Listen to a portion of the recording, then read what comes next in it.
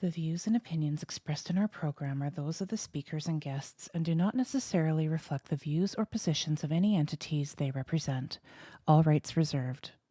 Are you searching for that voice of reason in these troubled times? Do some things just not make sense?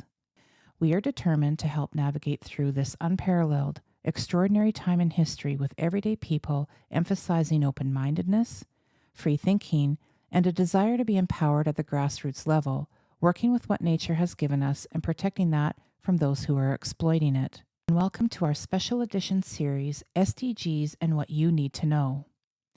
Together, we will be explaining and discussing the UN Sustainable Development Goals. Our mission is to educate everyday citizens about SDGs, what they are, what they mean, how the laws and policies that are and have been passed can and will affect us, not only here in Canada but around the world. Additionally, by learning and understanding these 17 goals, we can all become one step closer in helping to affect change in this world from a grassroots perspective. DA has not reached the targeted level. Private investment flows are not well aligned with sustainable development. There continues to be a significant digital divide, and there are ongoing trade tensions. To be successful, everyone will need to mobilize both existing and additional resources, and developed countries will need to fulfill their official development assistance commitments. All right, Mark, I'll turn the mic over to you to start our discussion. Yeah, so fascism, the partnership between global governance and multinationals, oligarchs, big tech, monopolies, you name it. Also included in the mix are about 8,000 NGOs around the world. NGOs are non-government organizations that work with government to implement and encourage others to implement the goals of sustainable development. And there may be more than 8,000. This was a couple of years ago. So chances are pretty good there's more than 8,000 NGOs. But this is where we see the corruption. This is where we see governments funding these SGOs or NGOs through the grant process. And all of them are playing along. All of them are contributing whatever it is they can contribute to achieving the goals of sustainable development. Again, through the grant process, through different funding mechanisms, SNC Lavalin, We Charity, all are examples of said NGOs or multinationals. So this is it. This is this is the coming together. And I want people to understand again. I just want to refresh their memory because when we talk about all of this is the convergence of two ideologies, communism and fascism, who are both responsible for the deaths of hundreds of millions of people in the 20th century. And they'll be responsible for many, many, many, many more deaths. We're talking billions if they're allowed to continue forward with this agenda. And those two ideologies, the UN being the socialist communist side of things, where most of the people that run the committees at the UN come out of Socialist International. And then you have the World Economic Forum, which is the fascist side of things, run by Klaus Schwab, who has a heritage. His father was a Nazi, corporate ownership, worked with the Nazis to help the Nazis achieve the goals they wanted to achieve. And so you have that convergence of these two, and those are the two entities that basically push this thing. And of course, the people that created this agenda, the Club of Rome, Dennis Meadows, with his book Limits to Growth, is a foundational piece of this agenda. And then you have the same people creating the World Economic Forum in 1971, tapping Klaus Schwab to run that organization. in partnership, and we saw them. They've been partnered, and let's not kid ourselves. They've been partnered unofficially since 68, 71, the creation of the World Economic Forum. But in June of 2019, they formally came together, officially, quote unquote, and partnered the UN and World Economic Forum in June of 2019, 6 months before COVID. So that's an important date, an important partnership that we have to recognize. But all of these organizations, all of these NGOs, all of these multinationals, big tech, the World Health Organization, the International Monetary Fund, the IMF, the big banks, they're all on board because they all see a benefit to authoritarian, totalitarian global governance. And that's exactly what all of this does. It hoards the world's resources under one umbrella. It hoards the world's governance and control of the people under one umbrella. And all of these NGOs have been promised the world, and they'll get it through, corruption, through different funding mechanisms. And that's how this all comes together, and that's how they all work together, and they are all in it together to achieve the ultimate goal. And some of that ultimate goal is also depopulation and population reduction, and total control, and as I said, totalitarianism, authoritarianism. That's what it is, and that's where we're headed.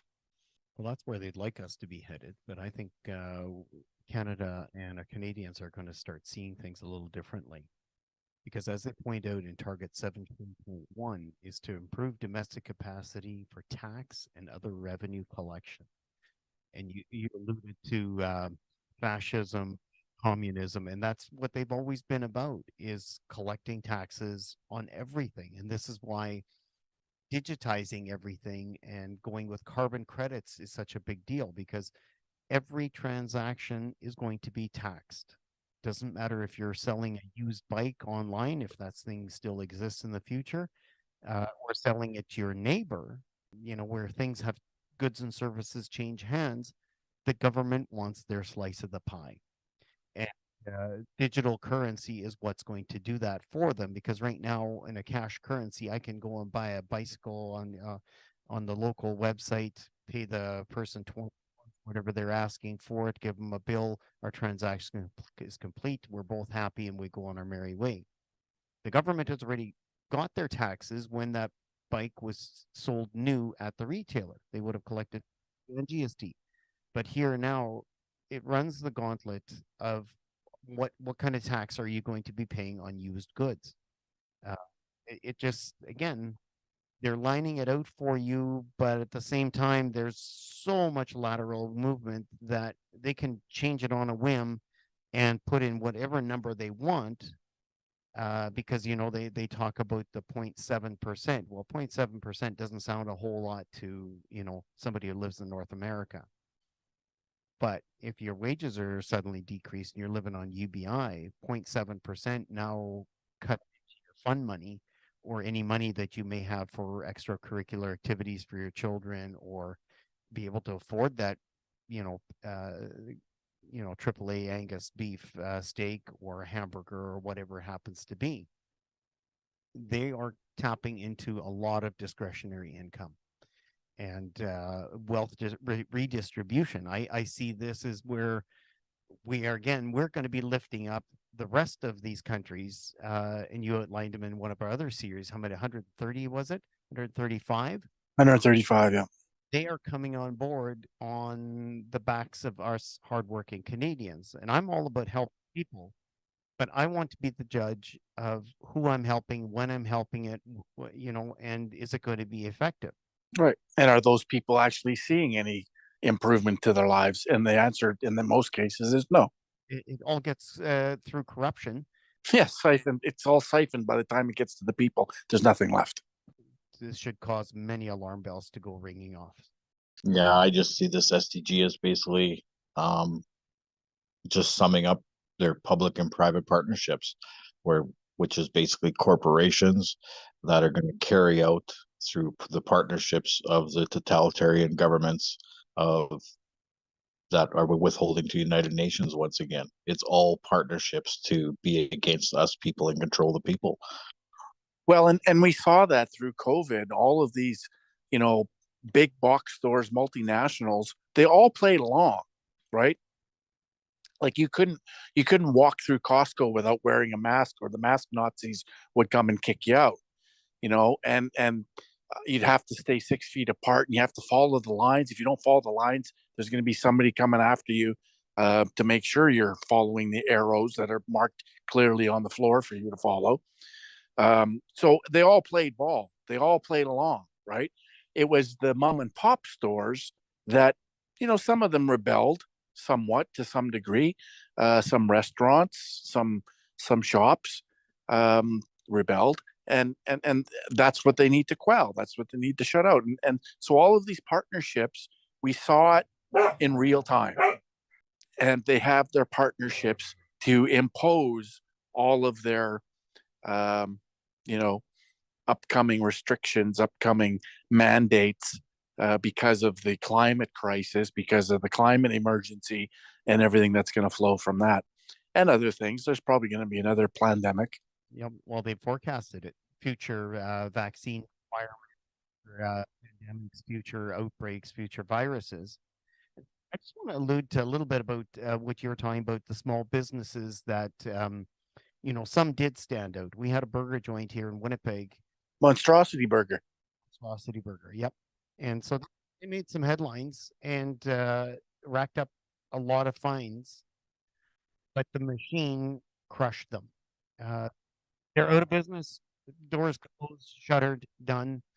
So the machine ultimately won. And, you know, and when we look at the fines, this is something that the pandemic made blatantly obvious to me. When you can receive a $5,000 fine as a first offense for what I would call a minor infraction, and if you even want to get there, like we could have that discussion, but not at this time. But it's just like, and you look at some of the churches and stuff like that, they were fined 20, 30, 50, $100,000. And so if they were to pay this, the government gets a huge payday for imposing these things. And by virtue, they will actually be going bankrupt or stifling their congregation or the restaurant, the patrons who are coming there. Or you shut them down and you achieve their game. So it's very difficult for people to navigate these waters because they've covered an awful lot of ground and they've made it very, very difficult for you to fight back. They aren't playing fair. I guess that's kind of how I'd want to round it up here. Another small business out of Calgary, Without Papers Pizza. You heard of him? He lost his business because he fed an unvaccinated child a pizza. A 13-year-old who didn't get jabbed sat down and ate pizza in his restaurant. That was against the law, apparently. And I just wanted to go back to talking about small business because this is really important. I mean, I myself am a small business owner. This man had a restaurant for 20 years. He hired over 500 people. He was a good boss. His employees liked him. He paid out $10 million in wages. He put $10 million into the local economy. He collected $1.5 million in GST, paid $2.5 million in rent. And the government shut him down because he fed a 13-year-old a pizza. And this is the message they're sending. Because, I mean, ultimately, what small business represents is everything they don't want. And small business represents freedom. And small business represents, you know, this liberty that support local is a bad word for them. They don't want to hear support local. Yes, absolutely, 100%. That goes against everything that they want to achieve through all of this, and it pisses off their partners, their multinationals. but it really is the foundation of, if we're going to create any sort of opposition, it has to be through small business and medium-sized business, and businesses have to come together, they have to unite, and they have to be on the same page, so we can all make the same decisions when they're coming after us, and we can put up a strong front and say, yeah, no, sorry, this goes against every free market value that we should all have as small business owners. And it goes to like their target 17.6, a global technology facilitation mechanism, and that fixed internet broadband subscriptions by speed, which is interesting because if you have been on certain carriers, they will throttle your speed depending how much data you're using. And I experienced that with my cell phone. I get the first so and so many gigs for free at this price, but I have unlimited when it's throttled back. There again, this mechanism where we talk about global technology, that means everything that's being done here, let's say in Winnipeg or Saskatoon or wherever you folks are at, is going to hit the World Wide Web, and it's going to be on a server potentially halfway around the world or all the way around the world. And everything is going to be tracked. You are not going to be able to switch this device off and go camping or fishing. It's like you will carry this device with you because internet service is there. It's everywhere. And if it by chance happens to not be there, I don't think you'll be going there. That'll be a no-go zone, and that will be deemed crown property, and you cannot go trespassing on there whatsoever. And this will be where they're going to keep you in cities. And to a sense, I feel this in Winnipeg already. So 5G has been rolled out here now for 6-8 months or so. The speed I get on my cell phone is fairly consistent, it's very reliable, and it's fairly quick. But as soon as I hit 20 kilometers out of Winnipeg, I'm doing stuff at the research farm, or I'm going on a journey, I'm going to see my mom, those kinds of things, I notice an immediate change. What I used to have, like 4G or LTE service, I was more than happy with. Everything worked. The cell service is not working in rural areas as it was before. They don't want it to. Oh, well, I spoke with a first responder, and so his cell phone is on a priority list on the cell tower. So if that cell tower is maxed out and his phone rings or whatever he needs to call out, he gets priority. He says, it feels like I no longer have any priority. He says, everything has been downgraded and has been shifted. And this again speaks to this. They want to get you into the cities, because if you experience fast internet service, fast self-service, and so on and so forth in the city, but you get absolutely zero out of the city. And I look at our First Nations up in northern Manitoba that don't even have internet right now. The push is to get them into the city. They don't want them scattered across the province and out in the free land. They want control on them. They want them in the city, see them where they can track them. Well, everything electricity based, right down to cars, can be turned off just like a light switch. And it really depends who controls the switch. Your gas powered car, I guess they can only control you as far as a tank of gas will go. That's why they don't really like the petroleum. It's uncontrollable. Well, and we could go back to the days of a carburetor and making some homemade kerosene with a still or even alcohol. Cars will run on that. Fuel injection probably a little less so, but the mechanisms that our grandfathers lived through in the 30s and 40s to get by, to make it through a rough season, they improvised and they banded together and got through that. This next cycle, I see the same thing again, where we will have to band together with like-minded individuals, organize and push back against this machine, and ultimately kick it down the curb, because it's just. There's going to be a segment of the population that will be the wildlings. If you remember Game of Thrones, they were the ones on the other side of the wall, and they're the wildlings. They lived in the wild, and that's how we'll be perceived. this alternative society that people want to build, parallel to what's happening. I guess my dog says that's enough, Dad. That's a wrap, folks. We would like to thank you so much for joining us in this journey. If you found this episode valuable, please share it with others on your social media platforms. Thanks again for listening.